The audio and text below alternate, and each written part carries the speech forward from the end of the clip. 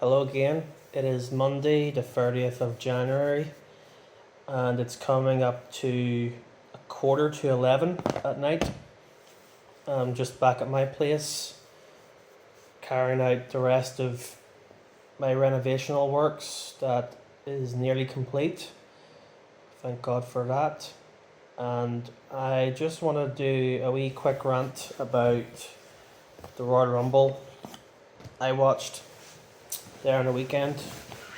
It is nice that the events, the premium pay-per-view events fall on a Saturday, because it's better to have a lie-in and enjoy it into Sunday rather than having to get up on Monday and not enjoy a good lie-in, because the events really do eat into the middle of the morning in UK time.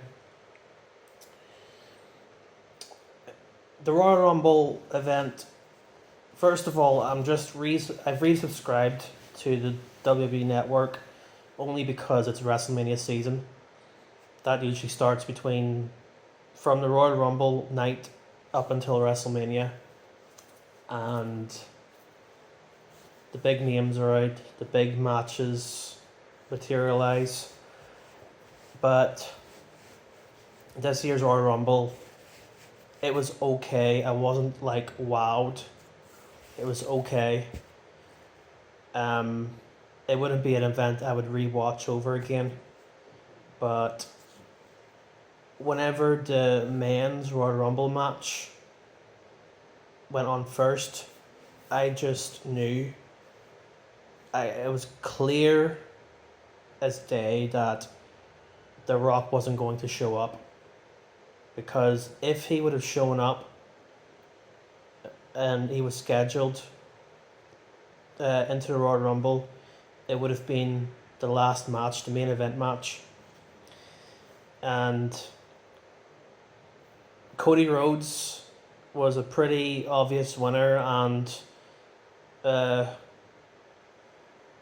congratulations to him, because he is so passionate. I've watched him from his legacy days with Randy Orton and his feud with D-Generation X, and then his rivalries with Rey Mysterio and Big Show, but he never reached to the top because of that silly Stardust gimmick. But it's good to see that he has his big break now. The Rock, at this point, with the hopes and rumours that he was going to show up, win the Royal Rumble, and challenge Roman Reigns for the championship belts at WrestleMania, that would have been absolutely incredible. But he didn't show up and stuff him. Very disappointing that he never showed up, and people will say he just didn't got in time to get into ring shape, or he's a busy man, big busy businessman, actor. Yes, he is, but if he really loved the WWE and he loves that shit and the fans, and if he was really wanting to be there for the fans, he would have shown up. He could have been in a number 30 spot and then work the last remaining minutes of the match. You don't really have to be in overall shape for that. Come on, like a guy like The Rock, he's an absolute beast. He could have, over the years, because I'm pretty sure he was very well aware of the rumors of the dream match, and he could have incorporated some professional wrestling style training into his workouts. So very big letdown, and I understand to a point as well, because he's a multi-billionaire, big businessman, drawing in so much money for himself. He doesn't really need the WWE when it comes to money, but he could have shown up just for the fun of the storyline with the bloodline and Roman Reigns. That would have been incredible, and that would have been Roman Reigns against The Rock at WrestleMania. And being in Hollywood this year was would have been incredible showdown. But I think at this point he may just show up at WrestleMania just in a wee promo, non-wrestling, just talking to Mike, and then rock bottom some cat who comes out and upstage him. But stuffing though at this point, very disappointing for the fans who were really hoping for him to show up. The rest of the event, pitch black match between Bray Wyatt and the LA Knight. Underwhelming. Not really. Wasn't really excited when it happened. I thought it was going to be like a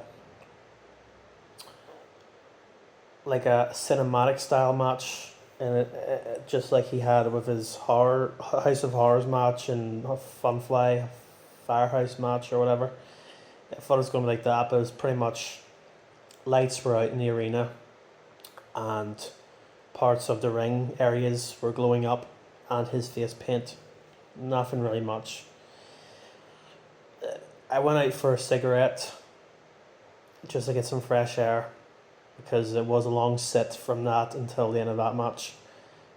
And as soon as I was finished my cigarette, the match between Bianca Belair and Alexa Bliss was over.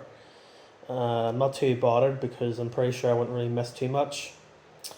The Women's Royal Rumble match really had no interest. Very boring, very repetitive, nothing exciting there. And then the main event, I knew Roman Reigns was going to win, pretty obvious. The Canadian wasn't going to win and finish his reign, but not a Royal Rumble event I would watch again. I